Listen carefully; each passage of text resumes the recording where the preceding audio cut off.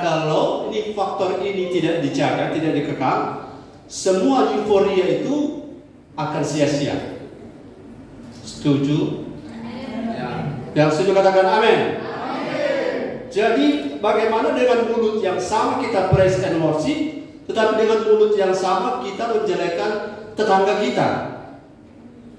Tangkap? Itu jangan dan tidak boleh terjadi demikian. Karena kalau itu dipaksakan, maka kata mereka kalina gogeo, kita harus mengambil sikap untuk mengetahui sesuatu, harus memastikan sesuatu itu benar, serta mempertimbangkan, mengontrol apakah sesuatu itu harus diberitahu ke orang lain atau tidak, atau apakah itu berguna waktu diberitahu atau tidak, apakah itu konsumsi umum atau rahasia pelayanan. Halo, sampai hari ini saya ada pegang banyak rahasia, saya tidak pernah expose pada siapapun, karena sampai hari matinya saya itu tidak akan diketahui. Kalau materi konseling tidak akan pernah terbuka pada siapapun, karena tidak semua yang kita tahu kita harus bilang, karena itu rahasia pelayanan. Kalau saya salah di situ, semua pelayanan yang saya kerjakan sia-sia di mata Tuhan.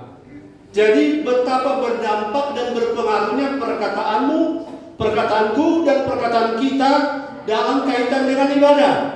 Kau boleh bangkitkan orang mati dengan karunia-Mu, luar biasa. Tapi kalau kau tidak kontrol kata-katamu, engkau akan seperti ayat ini, sia-sia. Sia-sia semua yang kau kerjakan, karena kita tidak bisa, yang fokus ini bilang, kita tidak bisa menganggap bahwa ibadah dengan lidah itu terpisah. Karena di ibadah kita pakai lidah, betul? Sudah datang ibadah tidak pakai lidah? Praise and worship pakai lidah. Dengar firman, bicara, respon pakai lidah.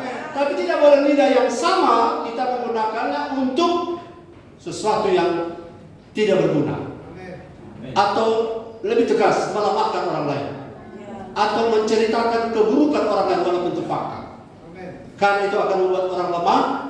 Dan kalau kau seorang yang suka ibadah, ibadahmu tidak ada nilai di hadapan Tuhan. Tuhan bilang, kau bisa punya karunia sampai berkata-kata seperti bahasa malaikat, tapi kau kasih menutupi segala sesuatu. Haleluya. Bukan kasih membongkar segala sesuatu. Baik-baik dipegang. Saya tidak pernah membongkar siapapun punya masalah sampai hari ini. Cukup jadi rahasia pelayanan. Karena apabila kita salah di situ, bayangkan kalau selama 50 tahun orang ibadah, kemudian orang beribadah jadi sia-sia, seperti cerami kena api. Haleluya. Ayo saudara tepuk tangan dulu bagi Tuhan. Jadi kata mengekang itu kalina gogeo, artinya mengetahui sesuatu. Kalau saudara tahu sesuatu dan saudara pastikan itu benar, kalau itu benar, kalau itu salah, lepaskan. Dan kalaupun itu benar, timbang, kontrol apa yang harus kau beritahu kau, apakah itu harus diberitahu pada orang lain atau tidak, apakah itu berguna waktu diberitahu pada orang itu, atau dia jadi kuat atau jadi lemah. Kemudian apakah itu konsumsi umum, boleh orang umum tahu, atau itu rahasia pelayanan untuk didoakan. Haleluya. Jadi kekang lidah itu ada akibat pada ibadah. Jangan terpesona, jangan tertipu dengan euforia pelayanan. Karena pelayanan tidak mendewasakan orang kalau ia tidak menjaga lidahnya, tidak menjaga mulutnya dan perkataannya. Karena dengan perkataanmu, ini poin 5. Dengan perkataanmu engkau akan dibenarkan, dan dengan perkataanmu juga engkau akan dihukum. Ini poin yang sudah langsung otomatis masuk. Matius 12, 36-37. Firman Tuhan, tetapi aku berkata kepadamu, setiap kata sia-sia yang diucapkan orang harus dipertanggungjawabkannya pada hari pengadilan. Karena menurut ucapanmu engkau akan dibenarkan, dan menurut ucapanmu engkau akan dihukum. Sudah minta maaf, saya ada gangguan. Makanya saya tadi makan troces. Menurut apa? menurut ucapanmu engkau akan dinyatakan benar, dan menurut ucapanmu engkau akan pula dinyatakan. Jadi saudara, makin tahu di firman, makin bijaksana kita bicara. Jangan berpikir bicara apa saja, statement apa saja, itu tidak berpengaruh. No, ini ayatnya jelas. Setiap kata sia-sia. Apa kata sia-sia? Tidak membangun, tidak membuat orang lebih cinta Tuhan, tidak membuat orang lebih takut Tuhan, tidak membuat orang lebih haus dan lapar akan firman, tidak membuat orang lebih hormat pada Tuhan, tidak membuat orang lebih hargai Musa, tidak membuat orang lebih jujur dalam berkata-kata. Semua akan dipertanggungjawabkan pada hari penghakiman. Di hari penghakiman, semua akan dipertanggungjawabkan tanpa pilih orang. Semua kita. Karena menurut ucapanmu engkau akan dibenarkan, dan menurut ucapanmu pula engkau akan dihukum. Saudara tahu, kalau orang berdusta oleh hakim akan ketahuan. Kenapa? Karena untuk sebuah dusta diperlukan dusta yang lain. Betul? Tetapi kebenaran putar sampai dimanapun. Kalau itu fakta dan kebenaran, saudara putar dari sudut manapun, tetap akurat dia punya informasi. Karena realita, karena kenyataan. So, saya bersyukur besok saya diundang untuk menjadi seksi acara sidang majelis daerah. Saya pikir kenapa mereka mengundang saya?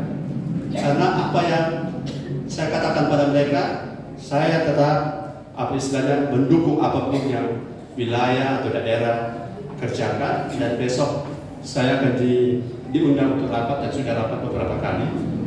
Saya melihat saudara-saudara, kalau saya berhadapan dengan kenyataan hidup, kemudian saya gunakan kata-kata saya dengan sembarangan, maka ucapan itu akan membuat saya dibenarkan, dan ucapan saya akan membuat saya dihukum. Setuju dengan saya? Katakan amin. Haleluya.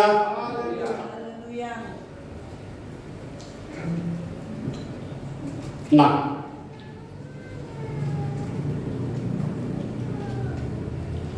Yakobus 3:9-12. Yakobus 3:9-12. Jadi yang kelima, perkataan atau pernyataan kita berhubungan dengan status hukum kita di hadapan pengadilan Tuhan. Yang keenam, perkataan atau pernyataan kita berhubungan dengan kondisi hati kita. Oke, baca ayat ini. Dengan lidah kita memuji Tuhan Bapa kita, dan dengan lidah kita mengutuk manusia yang diciptakan menurut rupa Allah. Dari mulut yang satu keluar berkat dan kutuk. Hal ini saudara-saudara tidak boleh demikian terjadi. Sampai 12 mereka. Adakah semua memancarkan air tawar dan air baik dari mata air yang sama? Ya. Saudara-saudaraku, adakah pohon ara dapat menghasilkan buah zaitun, dan adakah pokok anggur dapat menghasilkan buah ara? Demikianlah juga mata air asin tidak dapat mengeluarkan air tawar. Jadi pernyataan atau perkataan saya berhubungan dengan kondisi hati saya.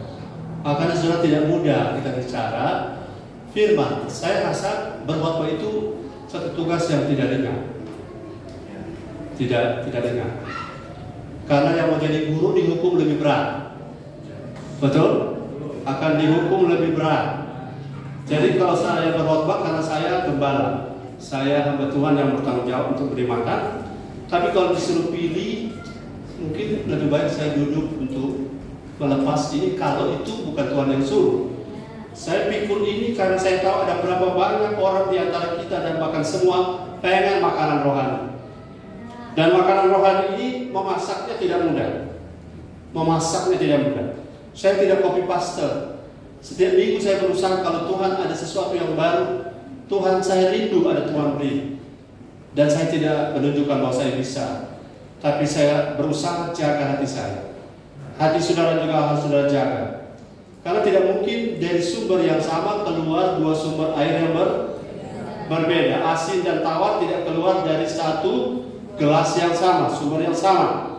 Otomatis kalau asin, saya tanya, kalau ada air minum murni ini sudah campur sedikit sianida, boleh sedikit saja, boleh? Tidak bisa. Sedikit, cuma sedikit Pak, boleh? Atau tidak usah sianida, ambil sedikit air dari toilet. Karena saya ada lihat anak kecil di video, kakak-kakaknya bermain dan ada air minum di gelas-gelas mereka, dan mereka tidak beri kesempatan anak ini turut bermain. Tapi di sebelah anak-anak yang bermain ini ada toilet. Kemudian itu dalam toilet kan ada lubang, ada air. Tentu anak kecil itu ambil itu air itu, dia taruh di masing-masing mereka yang sedang bermain. Orang yang tahu skenario ini tidak akan minum air itu. Betul? Sumbernya, airnya boleh murni, airnya boleh bersih kelihatan, tapi sumbernya yang penting. Kalau hati kita bersih, pasti keluarnya bersih. Katakan amin. Kalau hati kita tercemar, pasti keluarnya tercemar. Kalau motif kita murni, pasti keluarnya murni. Kalau motif kita tercemar, pasti keluarnya tercemar. Jadi perkataan saya dan saudara berhubungan dengan kondisi hati. Saya pernah didatangi oleh seorang cik yang punya banyak doi. Dia bilang begini, Mas, jangan tapi kata-kata. Tapi kata-kata memang rica-rica. Tapi kata-kata memang jahat. Kadang-kadang kita suka memakai. Tapi hati betul Bro Mas. Tapi hati ini sungguh-sungguh mengasihi Tuhan. Tidak seperti itu kita berkata dan tapi hati. Tidak bisa lah begitu. Harus sama di dalam dengan kedua. Katakan haleluya. Apa yang lebih daripada itu apa namanya? Munafik. Tahu munafik? Muka nabi, pikiran kotor. Haleluya. Terakhir, selama masih tunggu di nomor 7. Matius 5 ayat 37. Kata-kata kita menunjukkan kita terkonek dengan siapa di alam roh. Kata-kata kita menunjukkan kita terkonek dengan siapa di alam roh. Matius 5:37. Jika ya, hendaklah kamu katakan ya. Jika tidak, hendaklah kamu katakan tidak. Apa yang lebih daripada itu berasal dari sejarah. Thank you. Jadi saudara melihat ya dan tidak. Kan kalau berkata ya, tidak salah kalau memang harus ya. Dan kalau berkata tidak salah kalau harus berkata tidak. Tapi yang masalah kalau di sisi lain ya, di sisi yang berbeda tidak. Itu yang disebut berasal dari si jahat. Kalau saudara tidak suka, saya punya bahasa pada istri saya, kalau saya tidak suka, saya bilang saya tidak suka. Saya tidak berpura-pura suka. Karena berpura-pura suka itu siksa. Satu waktu ketahuan. Ya, misalnya saya ketemu Brandri, kita suka sekali tuh berhendra. Suka sekali berkawan. Homo.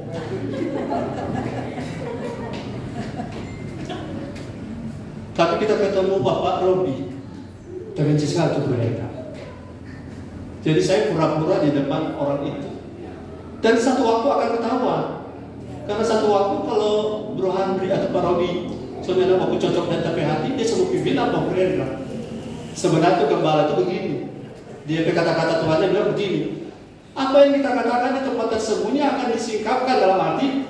Kita tidak bisa berdua atau kita tidak boleh double mindset. Katakan haleluya.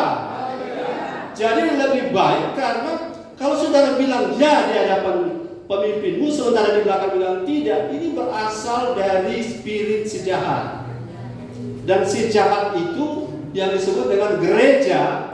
Katakan gereja. Tidak akan dikuasai oleh alam maut.